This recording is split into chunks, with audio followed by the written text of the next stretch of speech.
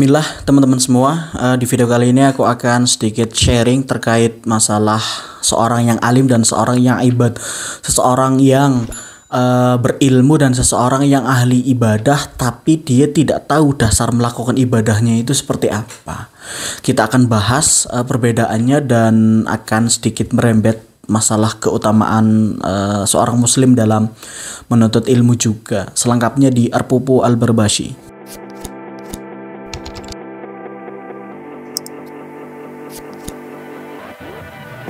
Oke teman-teman semua, pembukaan aku akan menerangkan sebuah hadis yang di situ menjelaskan keutamaan seorang yang berilmu, seorang yang alim dan seseorang ahli ibadah yang tidak berilmu adalah seperti bulan atas seluruh bintang. Maknanya apa? Maknanya adalah banyak orang ahli ibadah tapi dia tidak berilmu, tapi dia hanya mengikuti apa yang telah dilakukan oleh nenek moyangnya saja. Berbeda dengan seorang yang berilmu, tentu atas dasar dia berilmu tentu akan dia wujudkan dalam bentuk ibadah dan penghambaannya kepada Allah seperti itu. Maka kita akan bahas dua jenis manusia itu, ada antara orang yang alim dan orang yang ahli ibadah. Imam Ahmad bin Hambal suatu ketika melakukan safar dan ketika sedang safar, dia mengabarkan kepada para santrinya bahwa 1 minggu lagi, 7 hari lagi aku akan pulang. Lah, respon dari santrinya adalah mereka itu mengantri di depan rumahnya Imam Ahmad bin Hambal untuk mengetahui apa yang telah didapatkan oleh Imam Ahmad bin Hambal. Sebegitu cintanya santrinya terhadap ilmu yang nanti akan diberikan kepada mereka dari Imam Ahmad bin Hambal, yang kemudian mereka agendakan dengan mengantri, bahkan jauh-jauh hari H-7 itu sudah berada di antrian untuk menimba ilmu dari Imam Ahmad bin Hambal. Selanjutnya kisah dari Imam Asy-Syafi'i. Imam Asy-Syafi'i itu dalam satu riwayat sampai menjual genteng rumahnya untuk menuntut ilmu. Saking beliau itu cinta banget terhadap ilmu sampai mendedikasikan sepenuhnya terhadap ilmu. Nah, ketika kita berbicara masalah ilmu, para ulama itu mengkomposisikan ilmu itu ada 2 macam setidaknya. Yang pertama itu adalah ilmu yang menancap di hati, ilmu bil qalbi, lalu ilmu bil lisan, ilmu yang hanya ada pada lisan. Lalu apa bedanya dan mana yang paling utama? Teman-teman perlu aku fahamkan, ilmu yang menancap di hati itu menimbulkan ketakutan terhadap Allah. Dalam artian ilmu yang telah dia serap itu memang benar-benar menyebar di hatinya dan juga lewat jiwa raganya. Dan itu adalah ilmu yang baik, ilmu yang memang nantinya akan mengangkat derajat dirinya. Lalu yang selanjutnya adalah ilmu yang hanya sebatas lisan saja, hanya sebatas teori saja. Dalam penyampaiannya tidak pernah menyentuh qalbu, tidak pernah menyentuh hati para pendengarnya. Ini mungkin menjadi penyebab santri-santri atau murid-murid yang teman-teman ajari ilmu itu tidak berubah, karena mungkin saja ilmu yang teman-teman sampaikan itu hanya bersifat teori saja, hanya sampai di lisan saja. Secara praktiknya, secara fungsi dari ilmu tersebut teman-teman tidak bisa mendapatkannya. Maka ini menjadi sebuah muhasabah terhadap aku dan juga teman-teman, bagaimana cara kita menyampaikan ilmu dan itu bisa mendapatkan respon yang baik dari para pendengar kita, kayak gitu. Maka ilmu yang ini sebaiknya dihindari. Lalu bagaimana cara menghindarinya? Ketika kita sudah menuntut ilmu, maka yang selanjutnya adalah lurus terkait masalah niat kita dalam menuntut ilmu, teman-teman. Setidaknya ada beberapa hal yang harus kita niatkan, atau ada 3 niat yang harus dimiliki oleh seorang thalib atau thalibah, seorang penuntut ilmu, seorang santri, seorang murid, kayak gitu. Yang pertama jelas niatkan menuntut ilmu itu karena Allah. Itu udah pasti, teman-teman. Niatkan menuntut ilmu itu untuk mengharapkan wajah Allah, mengharapkan ridha Allah. Dalam artian nggak secara tekstual melihat wajah Allah, tapi bukti ketika teman-teman melihat wajah seseorang, maka teman-teman akan langsung berhadapan dengan orang tersebut. Nggak mungkin ketika teman-teman melihat wajah orang itu berpandangan lain dari pandangan teman-teman. Itu nggak mungkin. Maka yang dimaksud mengharapkan wajah Allah adalah Allah itu memperhatikan kita, Allah itu peduli terhadap kita. Maka itu yang harus kita niatkan. Allah ridho, Allah memperhatikan, Allah mempedulikan kita. Yang selanjutnya adalah menuntut ilmu diniatkan untuk mengangkat kebodohan dirinya dan kebodohan selain daripada dirinya. Ketika kita menuntut ilmu itu adalah titipan. Barang titipan itu nggak boleh kita kekang. Kalau udah waktunya ada orang yang ngambil, maka harus diberikan. Dan siapa yang bisa mengambil adalah orang-orang lain juga, termasuk di dalam ilmu. Ketika kita sudah menuntut ilmu, maka kita niatkan untuk mengangkat kebodohan diri kita sendiri. Ketika kita sudah terangkat kebodohannya, maka bisa kita angkat kebodohan orang lain juga. Dengan cara apa? Dengan cara menyampaikan ilmu yang sudah kita dapatkan, dengan cara mengajarkan ilmu-ilmu yang sudah kita pelajari, seperti itu.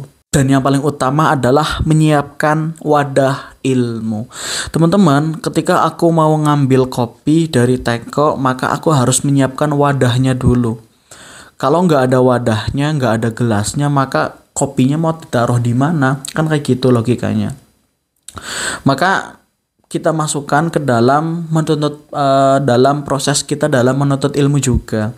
Ilmu pun harus ada wadahnya. Mungkin kalau aku berkata atau bertanya kepada teman-teman semua apa wadah ilmu, mungkin teman-teman akan menjawab buku, catatan, HP, voice note, dan lain-lain. Itu benar teman-teman, secara fisiknya itu benar. Namun yang mau aku tekankan di video ini adalah siapkan wadah ilmu berupa hati, teman-teman. Menata hati dengan cara beriman kepada Allah, baru kita bisa berilmu. Yarfa'illahu alladzina amanu minkum walladzina utul ilma darajat. Beriman dulu, hatinya itu tertata dulu, baru kamu bisa berilmu. Lah, imbas dari ilmu itu adalah kemudian bisa menjadi hal atau penyebab derajat kita itu terangkat. Maka jangan heran kalau misalkan ada orang-orang yang berilmu namun secara prakteknya dia itu nggak bisa. Orang-orang menjelaskan tentang sholat, tentang keutamaan sholat, tentang dakwah, tentang berbagai macam ilmu yang ada di dunia, bahkan ilmu agama. Namun dalam diskusi itu, dalam penyampaian itu, ketika azan itu berkumandang, udah waktunya sholat, tapi dia itu lalai, kan ini menjadi sebuah pertanyaan. Maka ini masuk ke tipe ilmu yang kedua, ilmu yang hanya sebatas lisan saja, seperti itu. Maka kita berdoa supaya dijauhkan dari ilmu yang hanya kita ucapkan tapi tidak bisa kita praktekkan, kayak gitu. Maka beriman dulu, menata hati dulu, ada ketakutan terhadap Allah, lalu kita bisa berilmu, menuntut ilmu kemudian. Nah, imbas dari kita menuntut ilmu yang sudah ditata hatinya oleh kita sendiri, yang sudah beriman kepada Allah, yang sudah memiliki rasa takwa, dan kita menuntut ilmu, imbasnya apa? Imbasnya adalah derajat kita itu dinaikkan oleh Allah, seperti itu. Dalam menuntut ilmu pun kita juga berpatokan dalam hadis innamal a'malu binniyat, ya teman-teman. Itu di awal kita menuntut ilmu, patokannya itu bahwa segala sesuatu itu tergantung kepada niatnya. Dan kalau kita mau menyerah terhadap penuntutan ilmu tersebut, kita ingat hadis juga innamal a'malu bil khawatim. Sesungguhnya amal itu tergantung di akhirnya, kan kayak gitu. Dalam Quran surah Hud ayat 15 sampai 16, di situ konteks ayatnya adalah usaha di dunia itu pasti akan diberikan oleh Allah karena niatnya itu, tapi Allah tidak akan memberikan balasan yang setimpal di akhirat nanti karena keinginan kita itu sudah terlaksana di dunia, kayak gitu. Maka ketika teman-teman itu belajar teori, belajar keilmuan tanpa didasari dengan iman, maka teman-teman akan pinter secara keduniaan, namun apakah memiliki imbas di akhirat? Kan enggak. Teman-teman mungkin pernah mendengar ada hadis, ada orang yang berilmu, ada orang yang menuntut ilmu, tapi ketika ditimbang ternyata itu dia ilmunya tidak tercatat karena dia meniatkan supaya dia menuntut ilmu supaya dia itu dipuji orang, supaya dia itu diundang ceramah ke sana ke sini, karena gitu. Ternyata di akhirat tidak ada nilainya. Maka itu yang wajib kita hindari, teman-teman. Di sini aku mengajak kepada teman-teman semua untuk meluruskan niat kita kepada Allah ya. Aku pun sempat ada keraguan-raguan ketika aku menyampaikan ilmu di platform media sosial ini di YouTubeku. Ditakutkan ketika nanti udah berhasil monet itu niatku berubah agar bisa mendapatkan uang kayak gitu. Maka aku berdoa kepada Allah supaya niatku itu lurus untuk menyampaikan ilmu yang telah guruku sampaikan kepada teman-teman semua.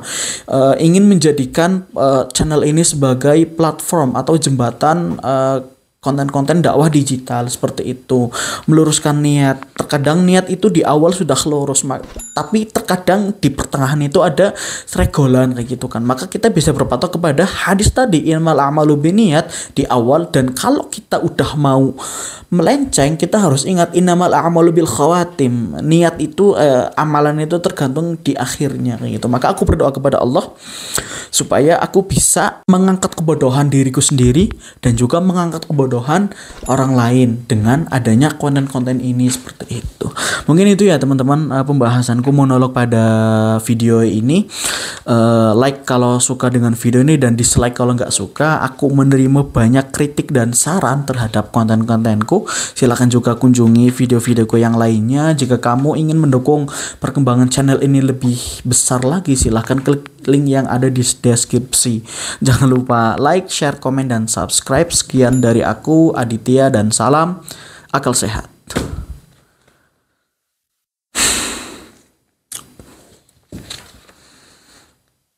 Sami Abu Zuhri.